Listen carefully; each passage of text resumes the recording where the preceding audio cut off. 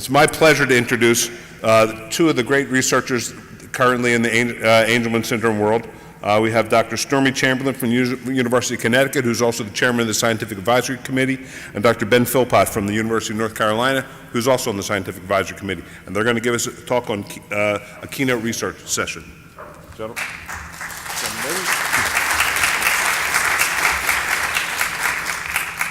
It's a real pleasure to be here. It's always a great treat to talk in front of the parents and the family members. And I think every researcher in the field will tell you that once you meet an individual with Angelman syndrome, it really hooks us into the field, because your children and adults with Angelman syndrome are just endearing, wonderful individuals. And I will never forget the first time I met a child with Angelman syndrome. It was great, and they clapped for you spontaneously, which is great too.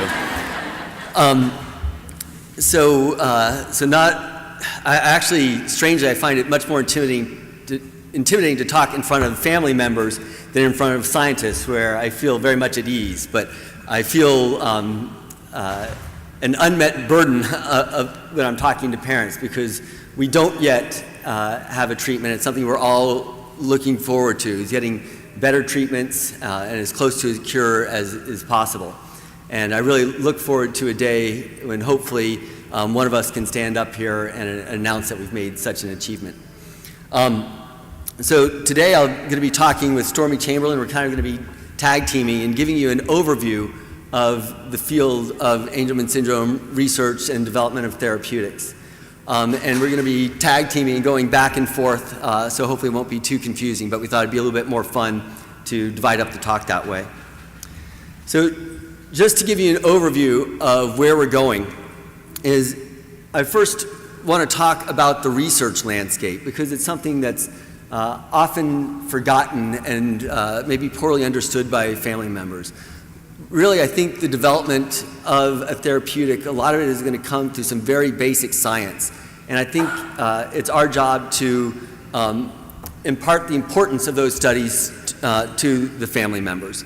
So we'll be talking about some studies that are at a biochemical level, looking at changes that might happen at a protein level or at a cell. We'll be talking about some studies that have been done in mouse models of Angelman syndrome. And we'll also mention some new and emerging models of Angelman syndrome research. From there, we're then going to go on to talk about therapeutic approaches. So what's happening as far as gene therapy goes, approaches to unsilence the paternal allele of UBIII as a treatment, and we'll touch upon some other therapeutic approaches in Angelman syndrome. And then we'll wrap it up by just mentioning the overview of what's going on in clinical trials, and mentioning the importance of developing good biomarkers so that we can have good outcome measurements for the clinical trials so that they have the best chance for success. So, turn it over to Stormy. So to start on the first research topic, a big question is what exactly does UBIII do? And what UBIII in essence does is it labels proteins in the cell to be thrown away in the trash can. So if you can imagine that this little round thing there is a trash can, UBIII puts the label on it that says send it to the trash. And so we broadly know that that's what UBIII does. But it's really important to understand which proteins are targeted by UBIII. And the reason that we'd like to understand that is because those proteins might be very important and might indicate new therapeutic approaches. So we want to know which ones are tagged by UBIII, which ones are relevant and amenable for targeting by other pharmaceutical approaches. And do other proteins help UBIII in this effort? Those other proteins might be important for instance, making UBIII more active, so that if there's a little bit of UBIII, perhaps we can turn it up and make it more helpful. Or they might give us other ways to help change how UBIII works or understand how it works. And so the Angelman Syndrome Foundation has funded research that led to the identification of some of the substrates, and I want to highlight this study from Mike Greenberg's lab, and the lead author on this is Seth Margolis, and we heard a talk at the scientific symposium from somebody from Seth's lab, but the ASF has also funded work by Mike Greenberg, Ben Distel, Peter Howley, and others towards these efforts. So one of the really important basic science questions is where in the cell is UBIII? So what compartments of the cell is UBIII located in to do its action? And this might seem like a trivial basic science in question, but it's actually of paramount importance. So it turns out that even though UBIII is a single gene, it makes 3 different proteins. We call them isoforms. So where are these different forms of UBIII located? Are they located in the nucleus of the cell? Are they located on the cell's surface? Depending on where it's located, it can have very different jobs and functions. And so do the different forms of UBIII have different jobs? And which one is the most important for Angelman syndrome? And ASF has funded a lot of research towards this goal. This is actually a photomicrograph of some of my own work, where in a mouse, if you look at the localization of UBIII over development at the time of birth with the P0, you can see that UBIII is located everywhere throughout the cell. And by the time the mice are young adults, postnatal day 28, UBIII has largely localized to the nucleus. So this suggests that the forms of UBIII that are expressed, or perhaps modifiers of UBIII, change during development, and this change in localization can change the way UBIII functions. Now, why is it important to know which forms of UBIII are expressed and where they're expressed? Well, it can give us some clues as to what the therapeutic targets might be. Also, for gene therapy, we absolutely have to know which form of UBIII is the most critical for restoring function. Because in gene therapy, we can only re-express one of these forms of UBIII. It's very difficult to be able to express all the forms of UBIII. So the basic research that will guide us to understanding which form of UBIII needs to be expressed for gene therapy is very, very important. So there are a lot of mouse studies that are helping guide us towards rational therapeutic development. And the Angelman Syndrome Foundation has really been critical in funding the development of mouse models in which we can turn UBIII on genetically or remove UBIII at will. This allows us to map a critical period of development during which UBIII needs to be expressed. So does UBIII need to be around in adulthood, or is it only critical to have UBIII around for a confined period of development? This is important because approaches like gene therapy or UBIII unsilencing approaches will use this approach because they will use the information about when we need to turn UBIII on. So if we know there's a developmental window after which turning UBIII back on won't be helpful, we know not to do gene therapy or gene unsilencing approaches at those ages, and we'll pursue alternative approaches. So once again, while these are basic science questions, without knowing the answer to them, we cannot, in a rational way, develop the best gene therapy therapeutics and the best unsilencing approaches and intervention windows. We also need to know which brain region or neuron type might be most important to target. So for some gene unsilencing and gene therapy approaches, you might not be able to reinstate UBIII expression throughout the brain. Perhaps we can only reinstate UBIII in very circumscribed regions of the brain, such as the hippocampus, an area that's very important for learning and memory. And we need to know where it is that UBIII is most important, because if we are using a target approach for gene reinstatement, we need to target those regions of the brain in particular. We also need to know which neuron problems cause the different phenotypes of Angelman syndrome. For example, is there a subtype of inhibitory neuron that's more important than an excitatory neuron? And you don't need to know the specifics of these different cellular types, but by knowing which subtypes are important, it gives us clues as to what different receptors we might be able to target pharmacologically. So there are a lot of drugs out there that target different receptors in the brain. If we know what cell types are specific, we can associate which receptors are linked to those cell types and pharmacologically target them in a very logical way. I'm remiss if I didn't point out that the Angelman Syndrome Foundation has really been critical in funding mouse models such as the mice that can reinstate UBIII. There's some very elegant work done by UBIII in the Netherlands in which he reinstated UBIII across different stages of development. And this type of study has shown us that the earlier you can reinstate UBIII, the more phenotypes you can correct. So if you can reinstate UBIII early enough, you can recover motor phenotypes, you can recover learning and memory phenotypes, you can recover plasticity, you can recover seizure phenotypes. But if you do it late in life, then the repertoire of phenotypes that you recover becomes more limited. For example, he's shown that even in adulthood you can recover plasticity in the brain, but you cannot recover the seizure phenotypes. This knowledge is important. So that means if we want to target seizures in adulthood, we probably wouldn't use a gene reinstatement approach. We'd be more likely to use anti-epileptics that we know are effective even in adulthood and try to develop better classes of anti-epileptics. So once again, this seems like a very basic science question, yet without it, we can't knowledgeably develop therapeutics. So in addition to mouse models, there are other models being developed. One is human-induced pluripotent stem cells. These are the cells that are made by my lab, where we've taken patient blood samples or skin samples and turned them into stem cells, and those stem cells we can turn into neurons.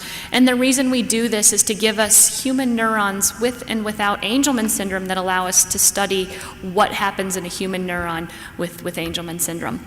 And these are very important for identifying human-specific drugs. Some of the approaches, such as the antisense oligo or ASO approach, require the specific human sequences to work, the human DNA and RNA sequences to work. And so we have to do those in human cells. And these cell models have already been instrumental in helping develop some of ththose therapeutics. There is a rat model that we heard about in the scientific symposium yesterday and today, and so UBIII has been knocked out in a rat. And there is a pig model under development. It's being knocked out in a pig. This is an example of some work that was funded by the Angelman Syndrome Foundation from my lab. We used the CRISPR-Cas9 technology. We used CRISPR to take and we took cells from an individual with Angelman syndrome caused by a mutation in UBIII. We were able to use CRISPR to genetically correct the mutation in those cells. So on this slide, you can see where the blue arrow is. That's the Angelman syndrome cell, and the blue arrow points to the mutation that caused Angelman syndrome in UBIII. And below, after we applied CRISPR, we changed that nucleotide, we changed that base, that DNA, into one that made it typical, so that UBIII functions appropriately. And while we can't use this technology in your kids, that's not practical at this point. What we do want to do with this technology is we want to use it to develop cell models that allow us to look at the efficacy of therapies. How do therapies work by comparing cells that are identical, one with and without Angelman syndrome? So we know that any change we see is due to Angelman syndrome and not something else. So the remaining challenges that there are remaining challenges that face research. As you well know, we are not at a cure, and we're not done here. What I want to do is enunciate some of the challenges that we think about in basic research. First of all, how do we balance the slow and steady research strategy versus high risk and high reward approaches? ASF is fortunate in that we are able to fund some high risk, high reward approaches. And as you'll see coming up, that some of these approaches have paid off, and namely some of the gene unsilencing approaches were initially funded by Angelman Syndrome Foundation, and these have been instrumental in first of all, demonstrating the proof of principle that you can restore UBIII expression using these approaches.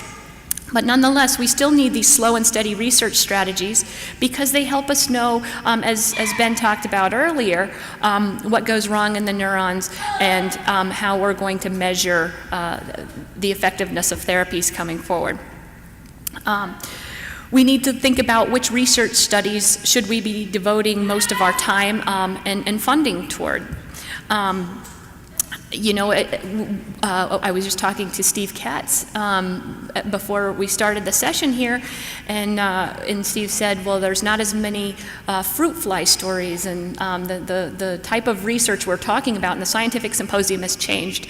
And it's notable that the research that we talked about this time is pointed more towards clinical therapies, biomarkers, and things that are more applicable to your kids. And that's one of the benefits of our slow and steady investment in research over time, as we are moving toward meaningful studies for your kids.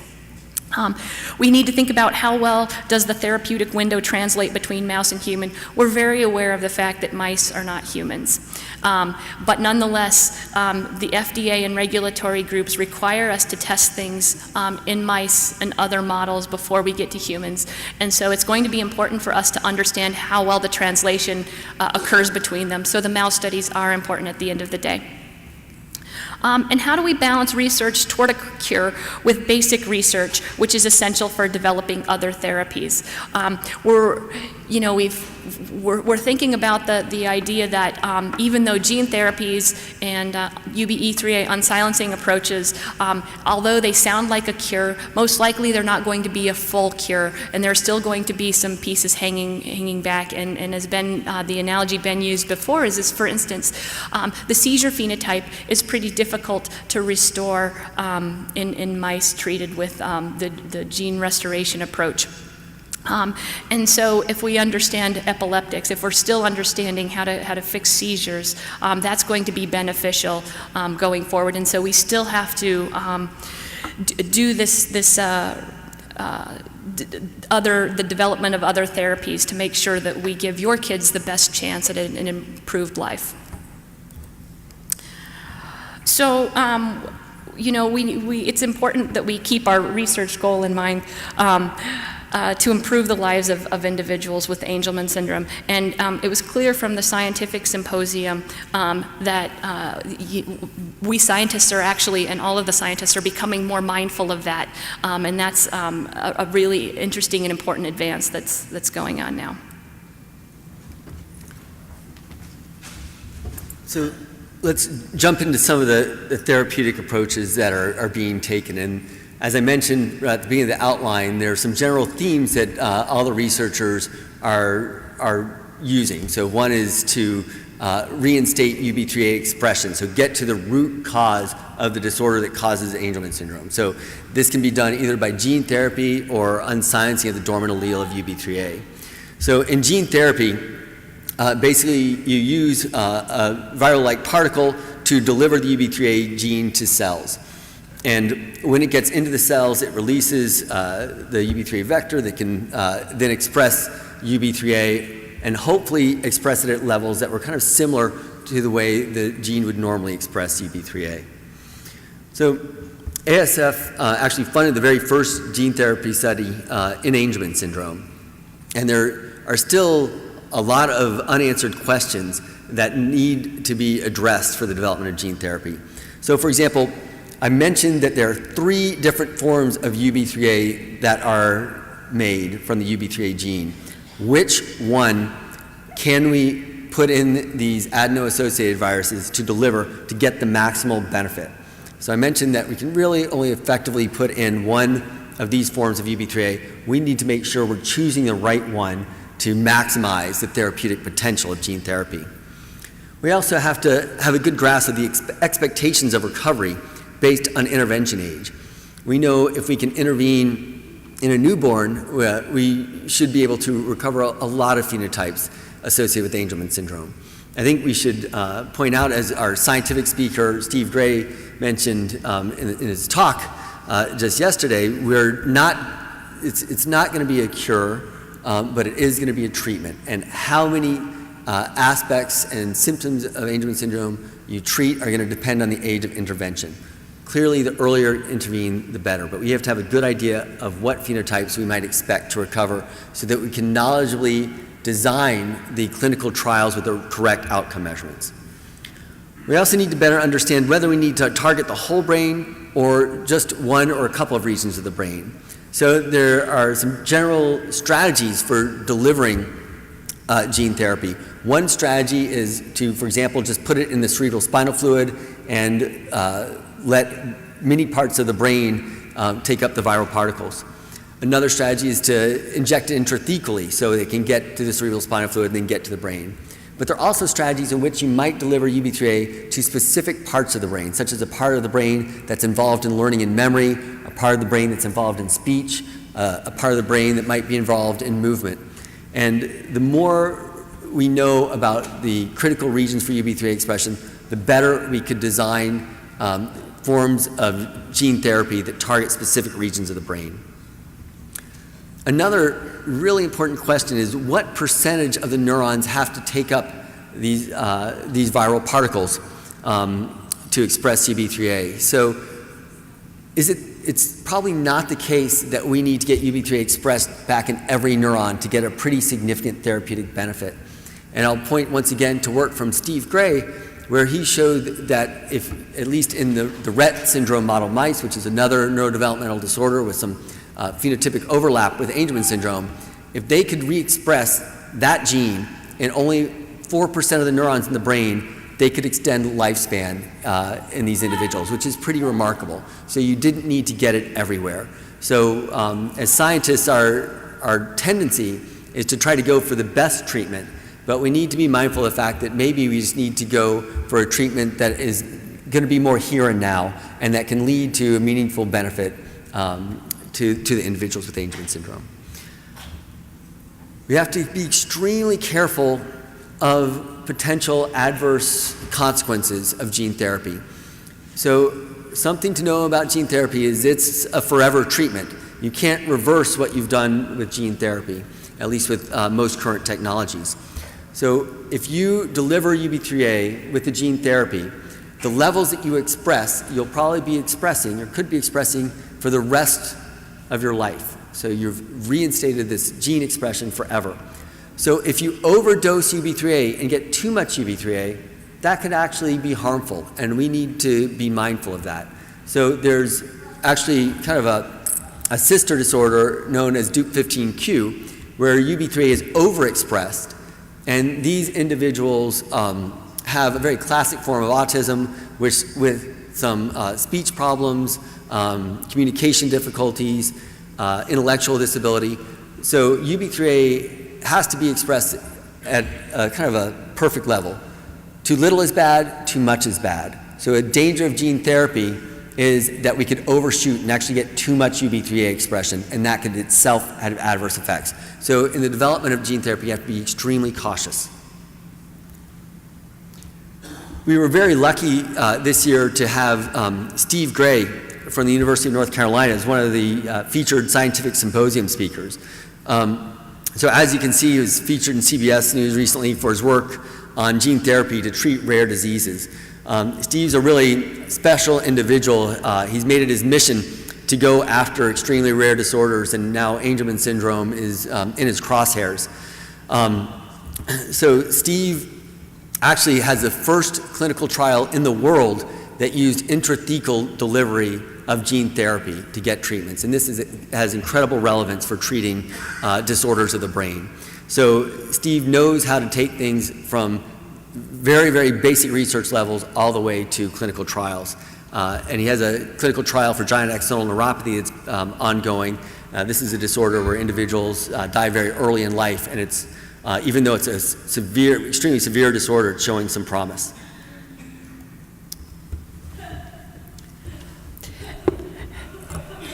So ASF actually funded both UBIII unsilencing approaches.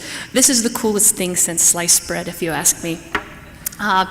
And for those of you who don't understand why it's so cool because your kids all have a perfectly good copy of UBE3A in each of their cells. And if we can figure out how to turn it on, that's gene therapy using their own gene, and there's really virtually no risk of overexpressing UBE3A in that case. And so by far it's kind of the safest approach to getting the right dose of UBE3A.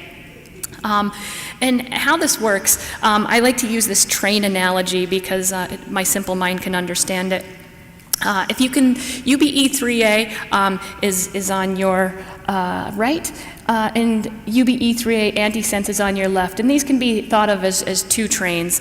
And for whatever reason, the antisense train is bigger and crashes into the UBE3A train and kicks it off of the tracks. It literally kicks it off of the tracks. And so that's why the paternal copy, the dad's copy of UBE3A is silenced. And that's the copy your kids all have. And so small molecules that unsilence UBE3A, and the most famous of these thus far is topotecan, what they do is they put up a stop sign that stops this antisense train from going. And because it stops the antisense train, UBE3A from dad's copy is now allowed to be made. That's one approach, and the ASF has funded another high-risk, high-reward grant from Ben Philpot's lab to look at other ways to unsilence UBE3A. And those may or may not use the same mechanism, but nonetheless, they're working at turning on dad's copy of UBE3A. The other approach that you've undoubtedly heard about is antisense oligonucleotides, and these are under development by at least one pharmaceutical company.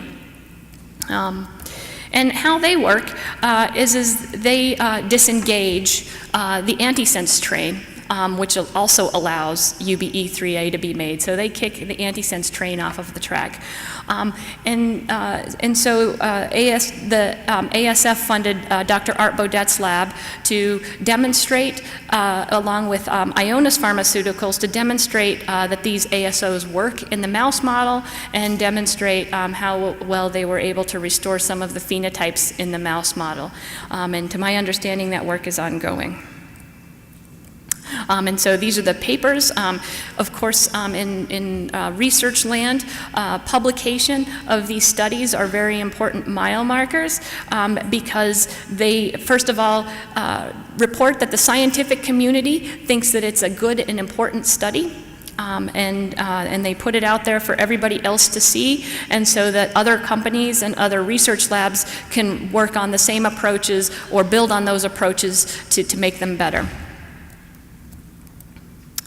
So with these UBE3A unsilencing approaches, there are still some questions. First of all, it's important to learn how long UBE3A unsilencing will last. Things like small molecules might be shorter lived, but they can be taken over and over again if necessary, but we do need to know how long each dose will last. Things like the antisense oligotherapies seem to be longer lived. And we need to know how long each ASO treatment will last before another one will need to be applied. What delivery methods are most appropriate? Right now, the ASOs, the antisense oligos, are being delivered by injections into the spinal cord, and that has to sound horrible, right? That's not a nice way to go. But could there be other delivery methods? And you know, I wouldn't be surprised if some research that's being considered in our community going forward would be to try to figure out new ways to deliver things like antisense oligos to neurons, to brain cells. What level of unsilencing is necessary to achieve efficacy? This is very important. How much UBE3A do we have to turn on to see an important change in your kids? And first of all, what's important is to be determined by you guys, right? What important changes do you need to see?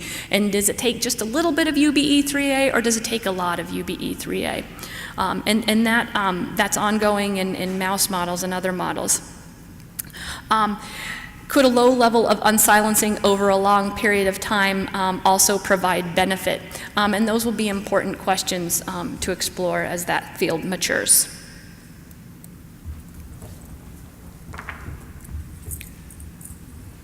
So what we've really been talking about first was these really dramatic approaches where we're reinstating UBIII and getting to the root cause of Angelman syndrome. But we also know that even this, if it's done late in life, won't be a cure-all. So we need to think about targeting different symptoms associated with Angelman syndrome. So can we develop therapeutics, for example, just for intellectual disability, just for movement disorders, just for speech impairment, just for seizures? And this is an incredibly important area of research. So instead of going for the home run where we're reinstating UBIII, let's also take the approach where we're thinking of particular domains that we could develop treatments for that could have a huge impact and improvement on one's life. So for example, how can we best target seizures? So we know that individuals with Angelman syndrome, at least 90% of them get some type of seizures, and a subset of those, the seizures are very, very difficult to treat. We need to develop better approaches to treat seizures in Angelman syndrome. So as one example of ASF-funded research, the Angelman Syndrome Foundation funded research from Ron Thiebert's lab to look how just changing diet can dramatically reduce seizure susceptibility in individuals with Angelman syndrome. So for example, this low glycemic index, which might be a very difficult diet to keep to, can have a profound improvement on seizures. So even without taking a drug, just by altering diet, you can reduce seizures. Also, how can we treat anxiety, and what do we know about the anxiety phenotype? One of the many great things that's come out of social media is really parents have helped raise the importance of anxiety in their children, especially as they get older, and attachment issues. So we know that this is something as scientists we need to be thinking about. So the Angelman Syndrome Foundation has funded Chris Carey, and also there's work being done by Ann Wheeler, who spoke at our scientific symposium, and they're aiming to characterize and understand the anxiety phenotype in Angelman syndrome. And with this knowledge, then we can start arming the researchers with information they can use to try to improve the anxiety phenotype. And I should point out that Chris and Ann are both at Angelman Syndrome Foundation funded clinics. So Chris is up at MGH, and Ann Wheeler is at the University of North Carolina ASF funded clinic. What about motor problems? Obviously, individuals with Angelman syndrome have motor deficits, and we understand, scientists, we know that would make a huge impact if we could help your children walk better and be more mobile and have improved coordination. So to try to target motor deficits, we need to understand how they arise. And once again, ASF-funded research has made some huge strides, because it's long been assumed that deficits and loss of UBIII in an area of the brain known as the cerebellum underlies the motor deficits in Angelman syndrome.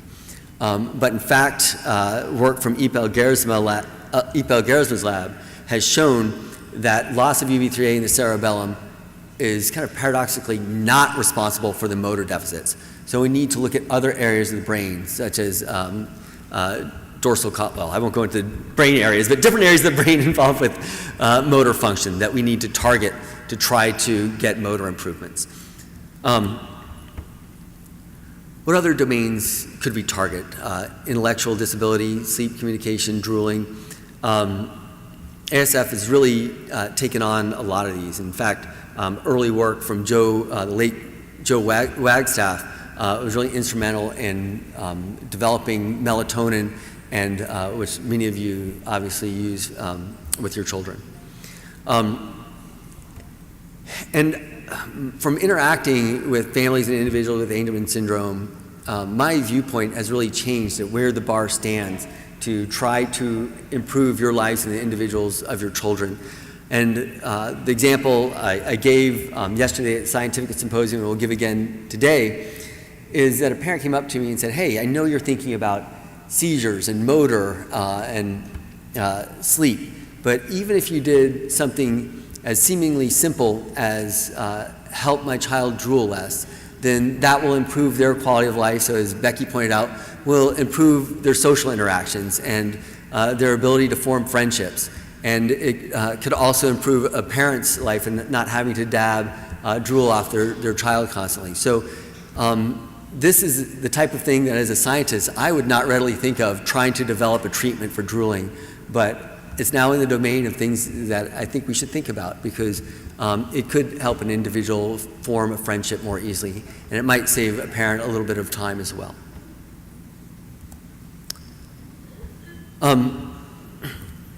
So there are now ongoing trials, or at least there's an ongoing trial to treat a specific neuronal deficit, and this is from Ovid, or I guess they are pronouncing it Ovid. I need to get used to that. Ovid Therapeutics. They have a compound known as OV101, and this compound is a drug that specifically targets inhibition in the brain. So our brains are kind of complicated because we have a balance between excitation and inhibition. There's excitatory activity that allows us to think, and then there's inhibitory activity in the brain that keeps the activity in the brain from running away and becoming epileptic. So if you have too little inhibition, then your brain is more likely to become epileptic, and it could also impair your ability to learn and to remember. So you need to have a fine balance between excitation in the brain and inhibition.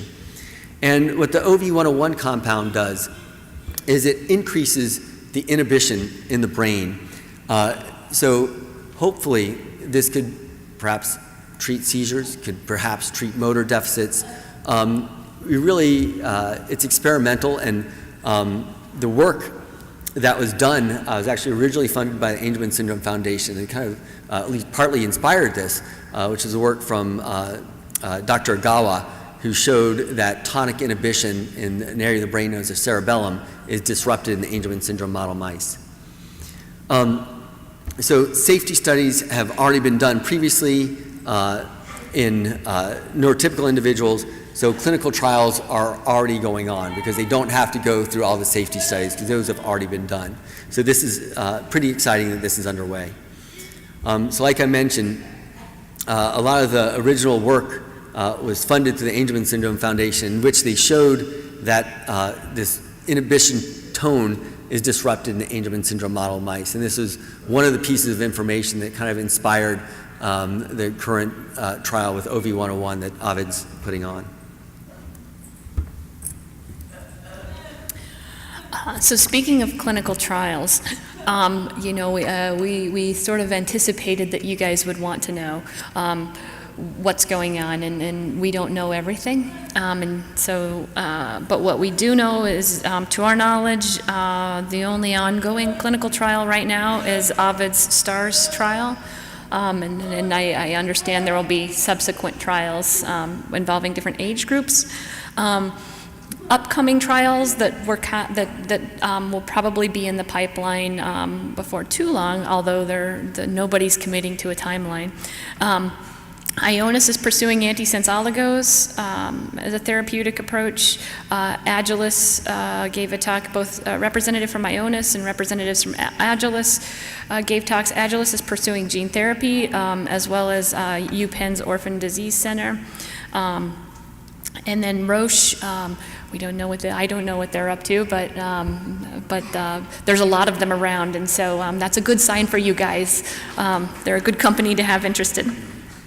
And perhaps interested, but not providing details, at least publicly to any of us. Vertex, Fulcrum, Nestle, Alexion, Cyden, they've all expressed interest to at least somebody in our research space, and so that should be really encouraging. Pharmaceutical companies are interested in Angelman syndrome.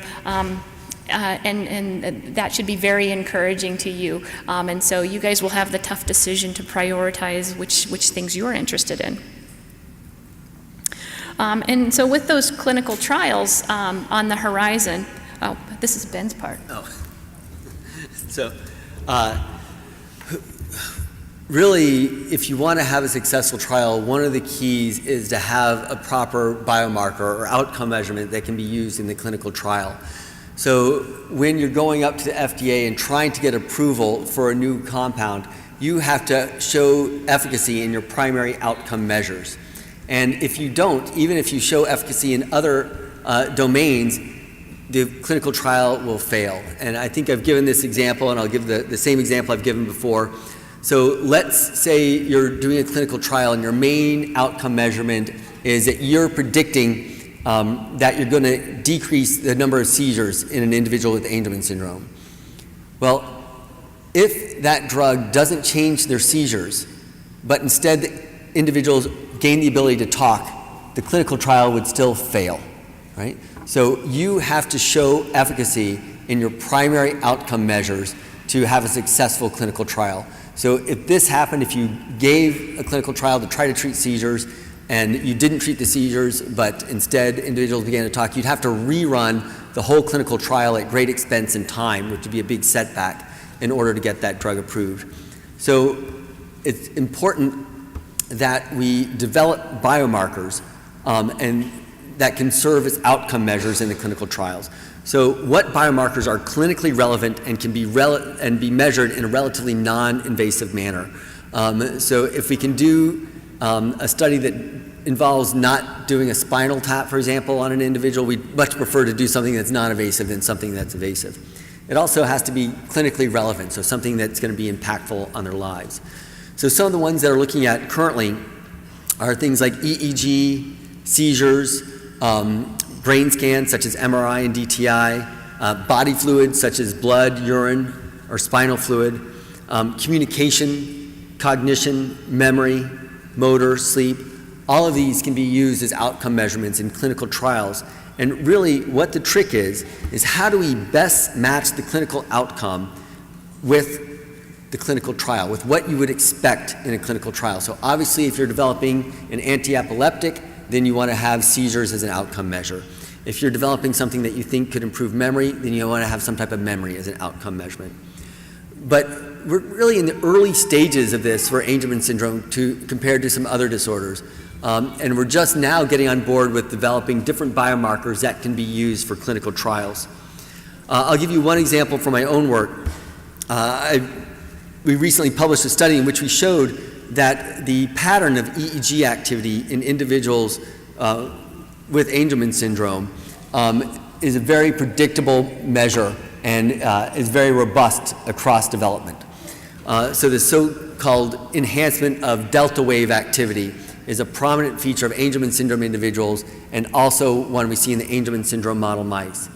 What's particularly exciting to us is that we've shown that in the Angelman syndrome model mice, the delta EEG phenotype can be reversed with reinstatement of UBIII. So the fact that it can be reversed and in Angelman syndrome model mice suggests that it might be a good outcome measurement for clinical trials in humans as well. But of course, much more work needs to be done in this domain. I should also point out that another researcher, Ann Anderson, also recently presented findings at our scientific symposium in which she showed a similar delta phenotype and biomarker for Angelman syndrome. So it's a robust phenotype, it's reproducible across labs and different analysis methods, and this is exciting for us because we all like to see that we can get an effect not just in our labs, but others can reproduce it as well. It gives us much more confidence in the findings. My lab is also looking at anatomical biomarkers that might be able to be measured by brain scans. So for example, we recently showed in Angelman syndrome model mice that the axons or the nerves in Angelman syndrome model mice are actually a little bit smaller than those of the neurotypical mice. And we're currently doing brain scans from a large cohort of individuals with Angelman syndrome. Once again, this was funded from the Angelman Syndrome Foundation. And Heather Hazlett and Mark Shen from the University of North Carolina presented really elegant work in which they showed defects in measurements of myelin and the integrity of fiber bundles in the brain. So these types of things can be measured using brain scans that are relatively non-invasive. Once again, from giving this talk to parents who forced me to keep it real, it's not totally non-invasive because with a brain scan, at least individuals who can't sleep through it need to be anesthetized. So obviously, there's It's not simple to anesthetize an individual with Angelman syndrome, so it's not totally non-invasive. But it's non-invasive in that you're not taking any tissue. But that's a type of biomarker that could be particularly useful for longitudinal studies, so really tracking things over a long period of time.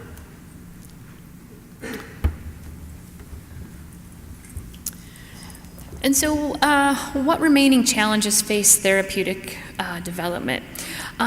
First of all, how do we establish the optimal ages of intervention? And this is a really important question.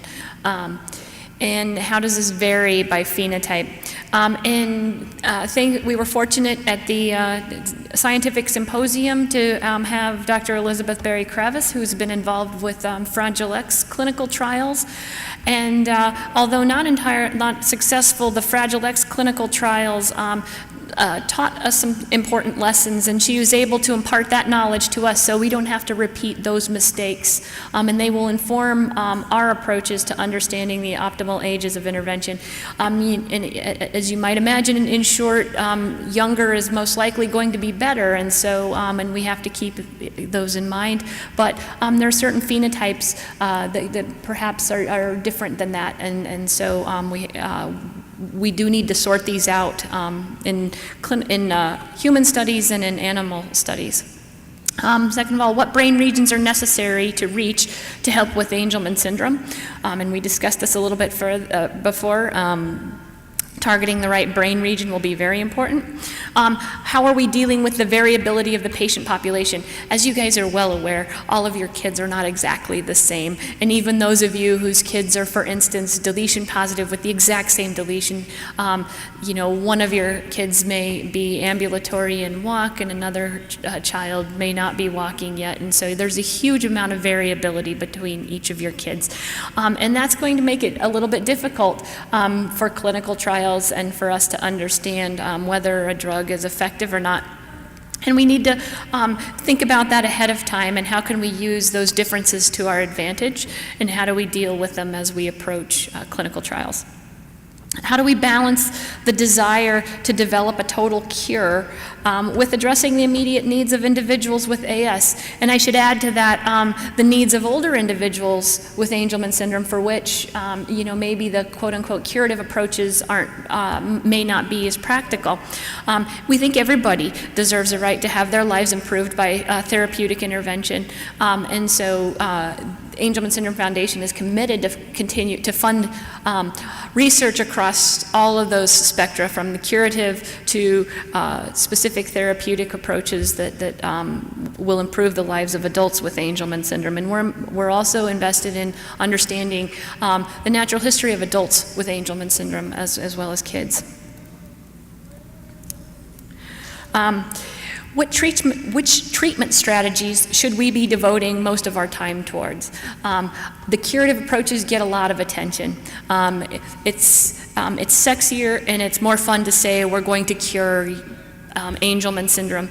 And my heart of hearts tells me that we are going to be able to do that, but that might not be realistic for everybody, and so we think it's still important to devote devote our attention to older individuals with Angelman syndrome as well.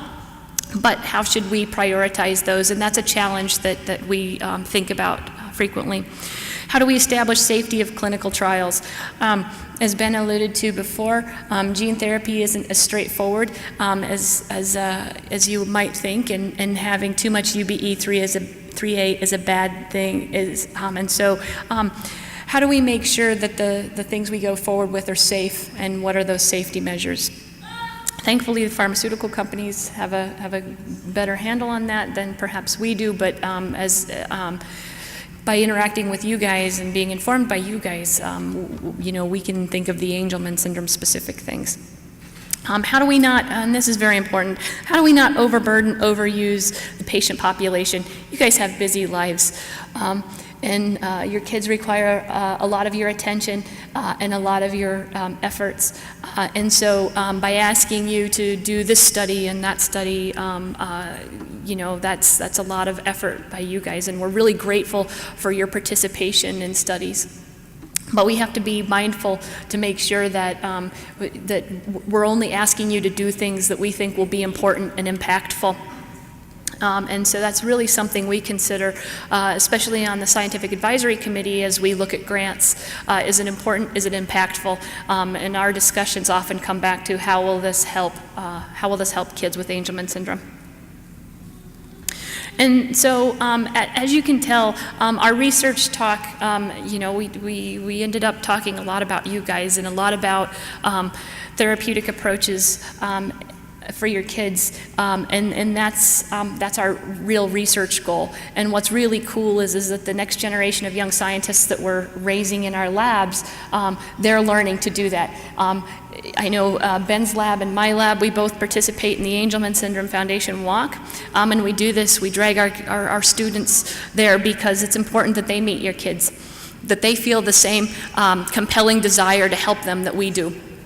And it works. And so we want to improve the lives of individuals with Angelman syndrome, and the next generation of researchers that are attacking this disorder want to improve the lives of your kids as well. And with that, anything else, Ben? No, we thank you for your time and attention, and now comes the hard part for us, is where we're going to field your questions. And so I'll answer the really easy ones, and I'll let Stormy answer the hard ones. Poorly. Thank you.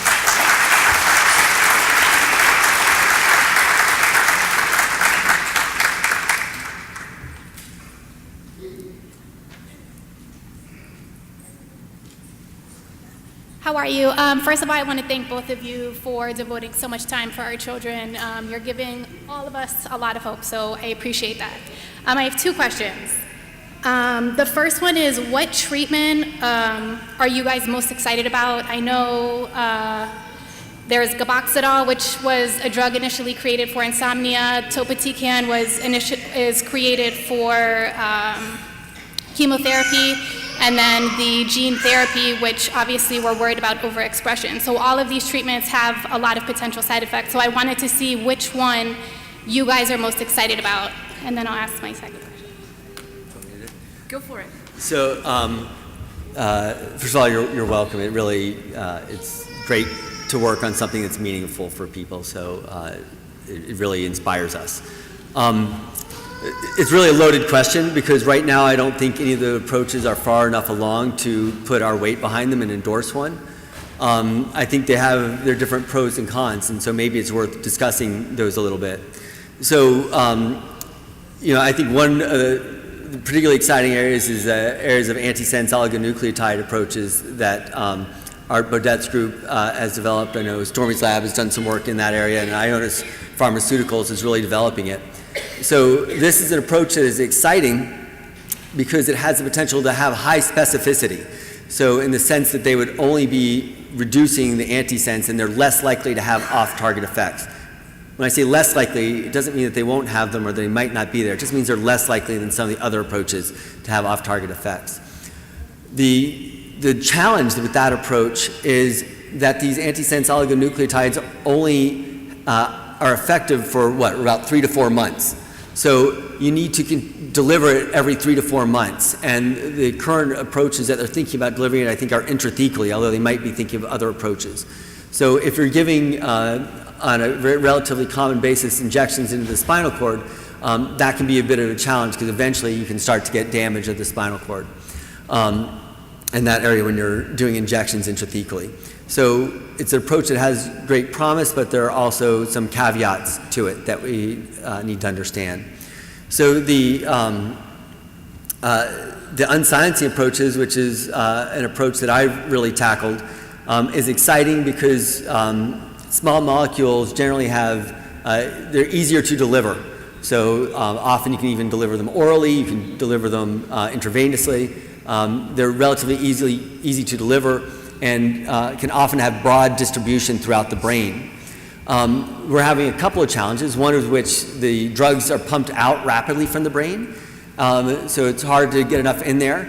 And the other challenge is that they have certainly side effects. So if you've ever watched someone go through chemotherapy, it's a chemotherapeutic, you know that there are side effects. They have reduced white blood cell counts, there's often diarrhea, so there are side effects. So it's not something you want to be on for a long time. What's exciting is that we've shown that a 2-week course at least in mice, when we deliver it into the spinal cord, can have effects that last for as long as we've looked, for a year later. So even a year off of drug, we can still see unsilencing of UBE3A. So that's really exciting. So it suggests that even with some associated toxicities, maybe you'd be willing to tolerate those for the short term, knowing that you might have a long-term benefit. But these are studies that we are still repeating. We're looking at different types of topoisomerase inhibitors and different unsilencing agents that might have fewer off-target effects. That's still in development. Gene therapy is kind of the other, one of the other big areas. There's several groups working on it, and all of them are taking different approaches, which I think is fantastic. You want to have a lot of different shots on goal. Gene therapy is exciting because, once again, you're reinstating UBE3A, but the challenge there is getting enough of it at the right levels so that you get enough so that you get an effect and you don't get too much so that you're overexpressing UBE3A. Approaches such as OV101 from Ovid I think is exciting in the sense that there's some evidence, both from the Agawa work and even work that I've published, that tonic inhibition is disrupted. But we've only looked at this in like 2 areas of the brain, in the cerebellum and in 1 area of the cortex. So we don't know, at least I don't know, maybe someone knows, maybe someone at Ovid knows, whether it's something that you see throughout the entire brain.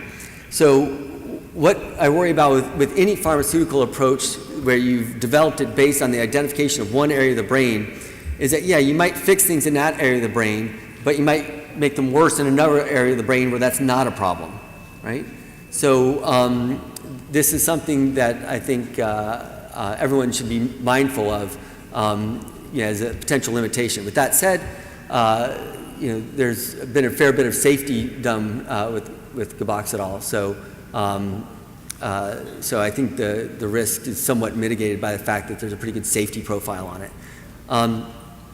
So that's a long-winded way of waving my hands and saying that I certainly wouldn't be willing at this point in time to kind of point you towards one over the other. And I think it's great that they're all being developed in parallel right now with different approaches by different investigators because I think it increases the chances of something meaningful coming out. And I can assure you that if one comes into favor, the Angelman Syndrome Foundation will post it on their website, blinking large, saying like we strongly advocate for this approach.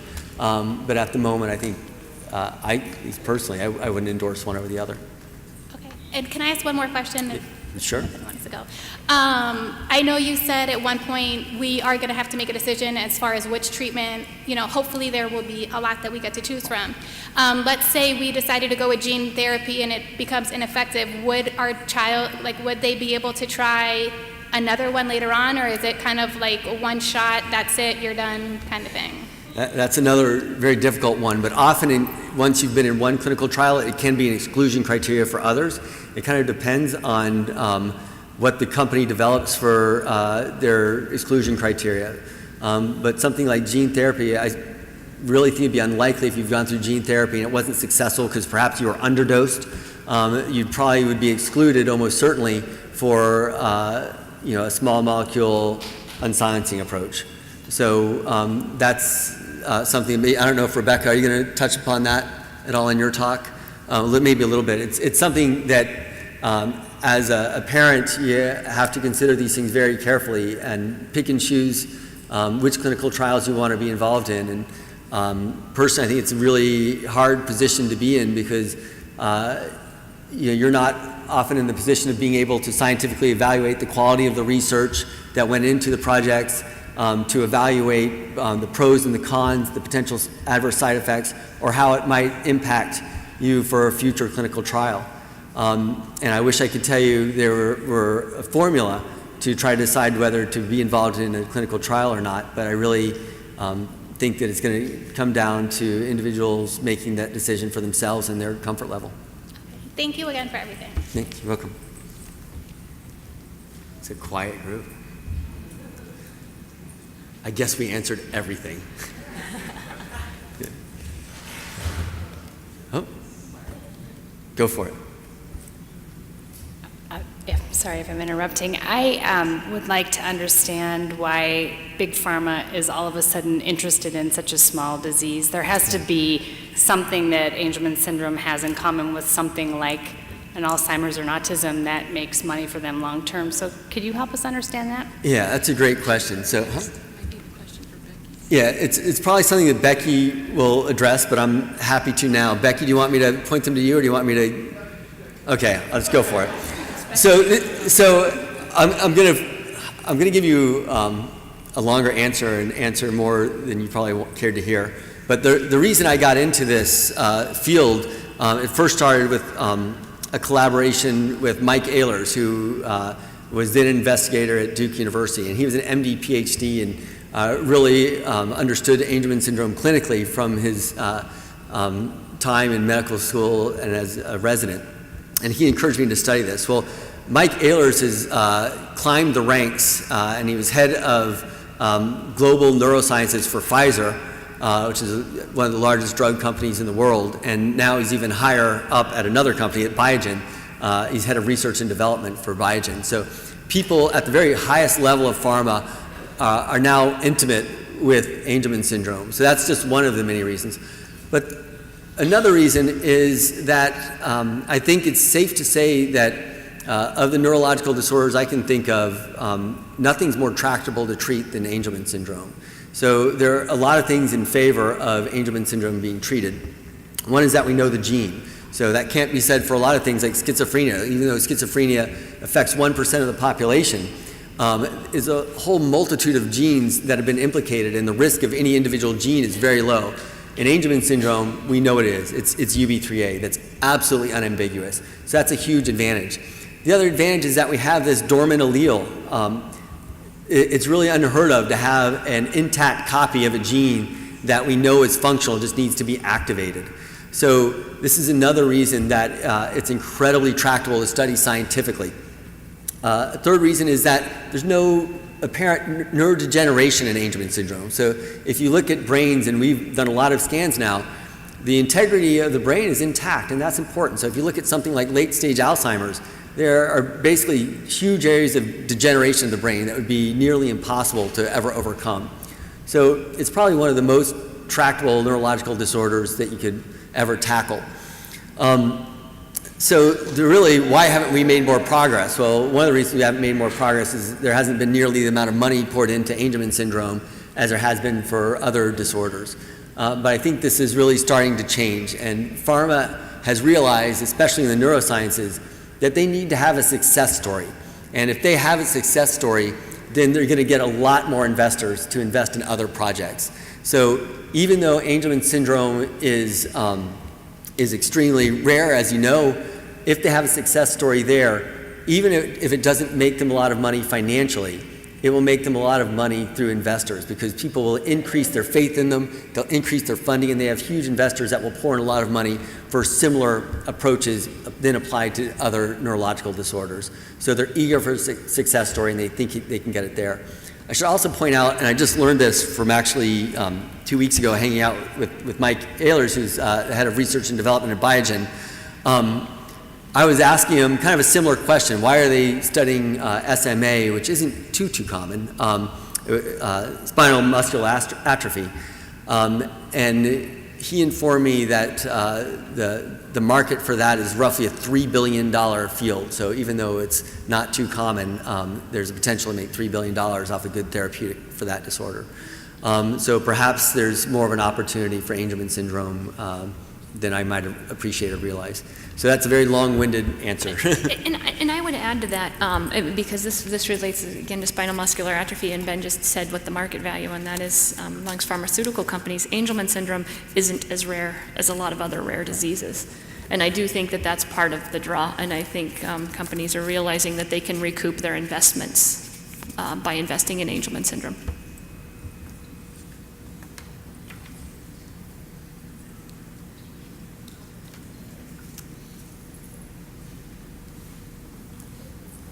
Hello. I've got two separate questions, if that's all right. You mentioned earlier, you talked briefly about plasticity.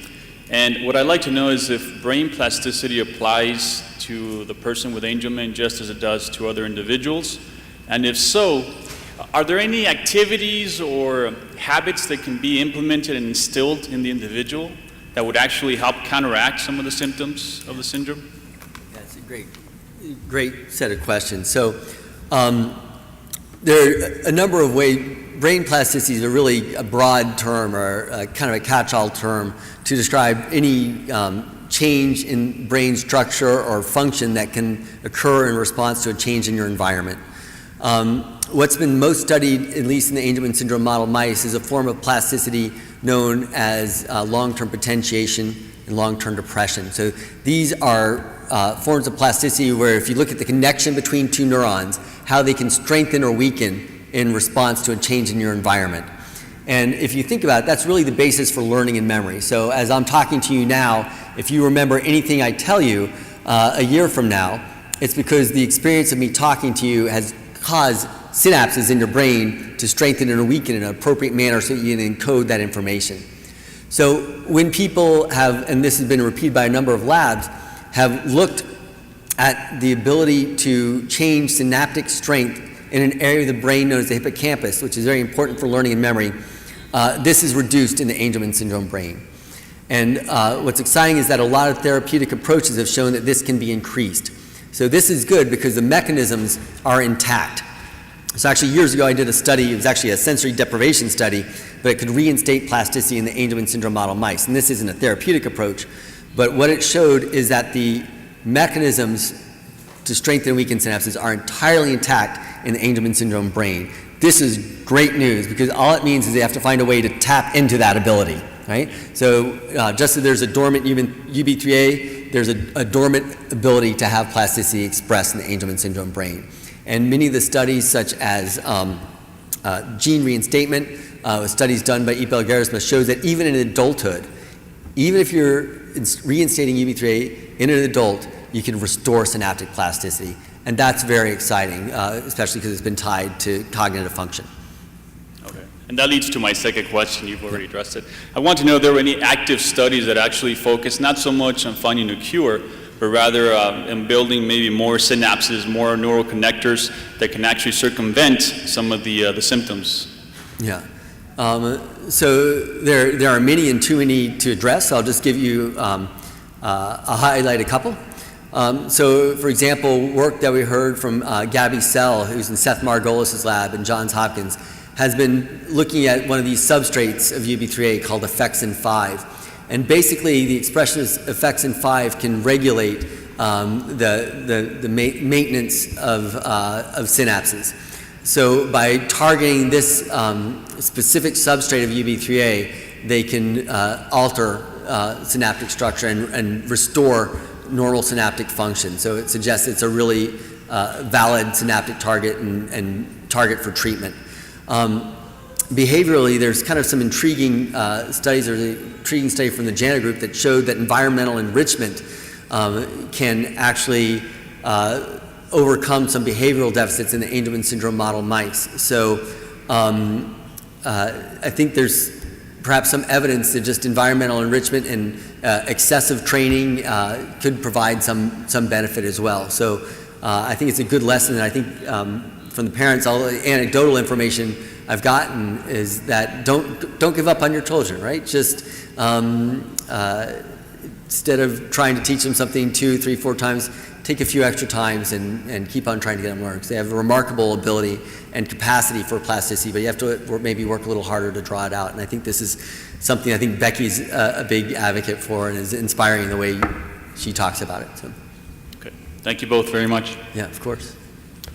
So as session moderator, I'm going to make an executive decision. We're going to end here. I'm going to thank both Ben and Stormy for a very interesting presentation. Thanks.